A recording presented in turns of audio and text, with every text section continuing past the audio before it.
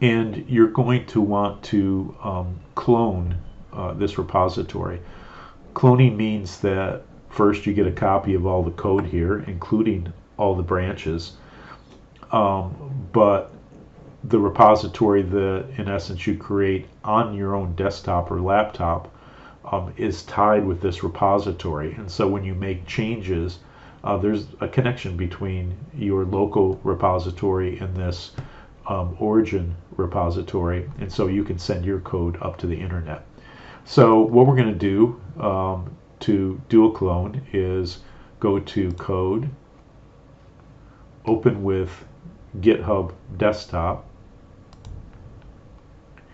and click Yes, open GitHub Desktop exe, and here it is, and it will ask you where you want to put the repo. I've highlighted the folder location here that GitHub will by default put your GitHub repositories in, and it'll put all your repositories in the same folder, which is a good thing to keep them all together.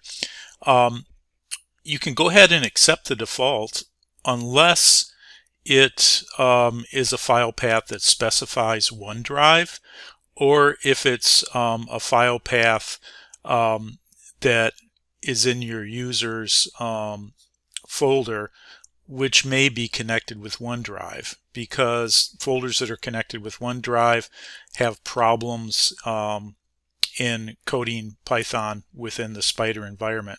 So what I would recommend is to create a totally new folder to put your repos in, and call it something like C users, your username, whatever that is, and then GitHub, and then slash, in our case, GitHub_toot for that repo.